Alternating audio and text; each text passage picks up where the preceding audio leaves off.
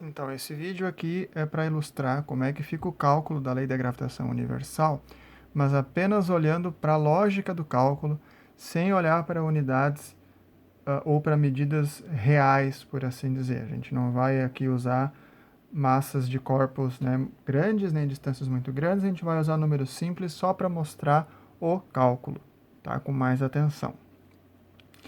O exemplo 1 é um exemplo em que eu não conheço a força de atração entre os corpos celestes. Conheço apenas a massa de cada um deles e a distância entre eles. Tá?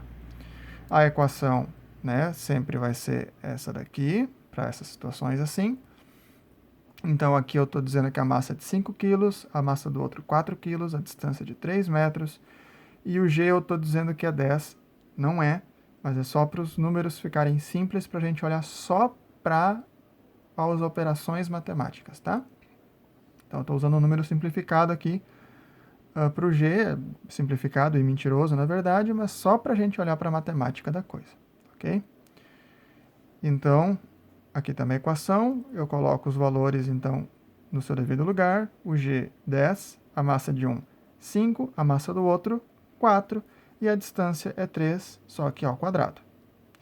Então eu vou resolver o que eu posso, 5 vezes 4, 20, vezes 10, 200, 3 ao quadrado, 9. Faço a divisão de 200 por 9, minha força é de 22,2. Bem tranquilo, tá? Essa é a lógica para a força. Como a força já está isolada, eu não preciso ficar, né, trocando dados para o outro lugar, para o outro lado da equação. O segundo exemplo é um exemplo em que eu não conheço a massa de um dos corpos celestes. Então aqui eu estou colocando a massa de 5, o outro eu não sei, né?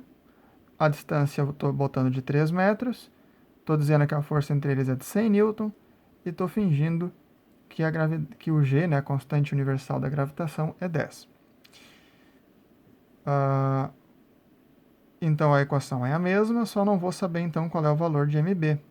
Então eu vou ter a força 100, o G 10, a massa de um 5, massa do outro não sei, e a distância entre eles 3 metros, só que como é ao quadrado, ao quadrado. Então, como é que eu resolvo? Faço aqui 10 vezes 5, 50. Faço 3 ao quadrado separado aqui embaixo, eu sei que é 9. E daí eu preciso isolar esse fator aqui, mb. Como esse 50 está multiplicando o mb, eu passo para o outro lado trocando a operação, dividindo. Como 9 está dividindo o mb, eu passo para o outro lado trocando a operação, fazendo vezes. Então vai ficar 100 dividido por 50 vezes 9. É o que temos aqui. Resolvendo então o cálculo, eu vou ter 100 dividido por 50, dá 2. 2 vezes 9, 18. Então o mb é 18 kg.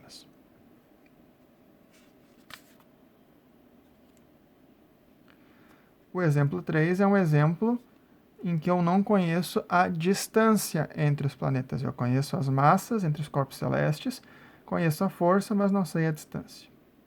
A equação é a mesma. A força, então, 120. O G, estamos fingindo que é 10. A massa de um é 5. A massa do outro é 3. E a distância entre eles desconhecemos. Então, a gente resolve aqui por enquanto o que a gente consegue. 10 vezes 5, 50, vezes 3, tudo isso aqui então é 150. Então, trancamos aqui, né? O que a gente vai poder fazer agora? Como a distância está no denominador, isso aqui é uma maneira de resolver, tudo bem? Eu vou fazer o seguinte, eu vou passar a distância para cá, para que ela fique na parte de cima da fração. Então, ela está aqui dividindo, ela vai ficar para cá multiplicando. E daí, estando aqui 120 vezes d ao quadrado, na nossa cabeça, tá? Eu passo, então, agora o 120 aqui para baixo.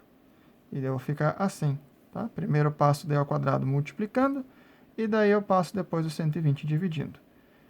Em resumo, é como se eu simplesmente trocasse esses dois elementos, tudo que está desse lado aqui do sinal de igual, no caso é só o 120, passa para o lugar aqui do d ao quadrado, que é tudo o que tem embaixo, e tudo que tem embaixo vem aqui para cima, tá? E daí a minha incógnita está quase isolada, o meu x da questão está quase isolado. Então, eu vou ter os meus 150 dividido agora pelo 120. Isso dá 1,25. Só que eu tenho ainda esse ao quadrado aqui. Então, esse 2 vem para cá, só que trocando a operação que ele está fazendo. Como aqui ele está como um expoente, né? Potenciação, então ele vai passar para o outro lado com a operação inversa, que é a radiciação.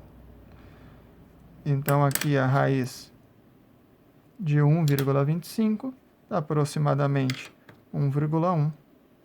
Essa é a resposta, esse é o raciocínio.